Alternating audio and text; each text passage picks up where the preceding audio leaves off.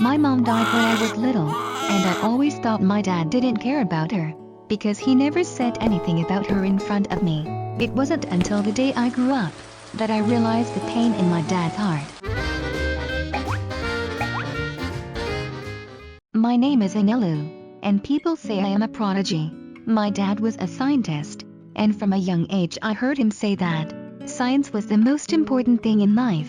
I decided that one day I would be a physicist like him, and that day came sooner than anyone expected. My teacher soon realized that I was a genius, and at the age of 16, I received my PhD in astrophysics.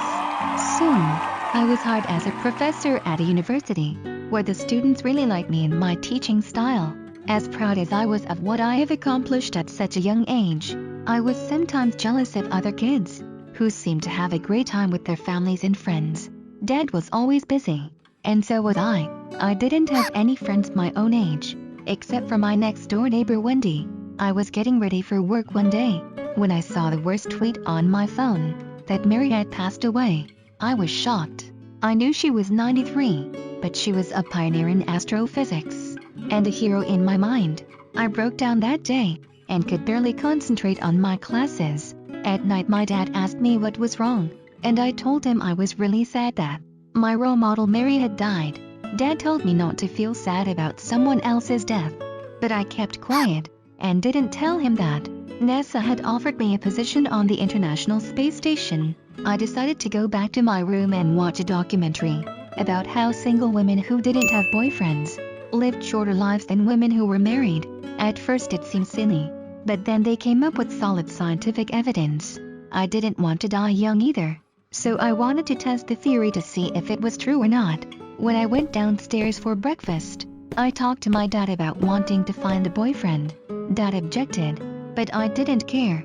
I just told him about it, because I had already decided. We ate in silence, and then I went to work.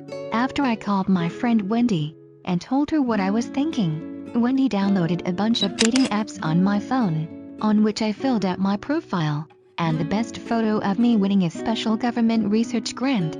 But it's been hanging around for a few days, and I haven't received a single request. Wendy decided to do a makeover for me, and the next thing I knew, Wendy took some pictures of me and uploaded them to the app.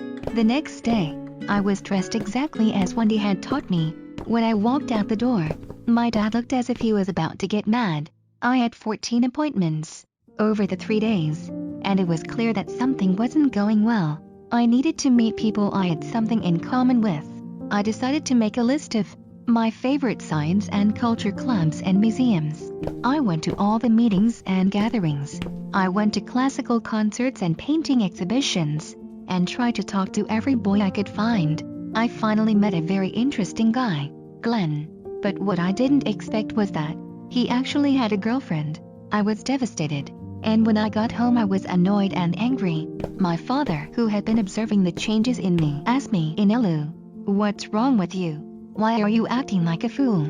My heart suddenly broke down, and I yelled at him, "You never talk about Mom and her death. You never ask me how I felt when she left us. When I told you that I was sad about the death of my role, you laughed at me." I was really scared, and I only did it because I didn't want to end up alone. After I said that, I went back to my room in a rage. The next day when I came downstairs, my dad had surprised me by making me my favorite pancakes. He gave me some coffee to sit down, and I was surprised to see him clutching a picture of my mom in his hand. "Your mom is the love of my life, and her death broke me." There is no science or logic to explain the pain, so I chose to run away. I didn't know what to do. I stared at my father, unable to believe he was talking about his feelings. "I'm sorry I was selfish, and never let you express or process your emotions." A tear slid down my cheek as I told my dad about the NASA mission, and he hugged me happily. The next day I emailed NASA and accepted their offer. 3 months later, I was on the International Space Station, looking at the stars around me, and feeling closer to my mother than I ever had before. It was beautiful, and I felt a surge of happiness as I gazed at myself in the distance, and I felt so free. 2 months later, I returned to Earth. I was getting ready. I entered the plane to get ready to go home. The seat next to me was empty. Suddenly I heard a voice. Hey, Inelu. I turned around and saw a man in glasses with a kind smile. It was my classmate, who had left school early. We laughed and talked about past memories, and at the end of the flight, he asked me for my phone number. Inelu, can I ask you out? I've always had a crush on you. I smiled and agreed to his invitation.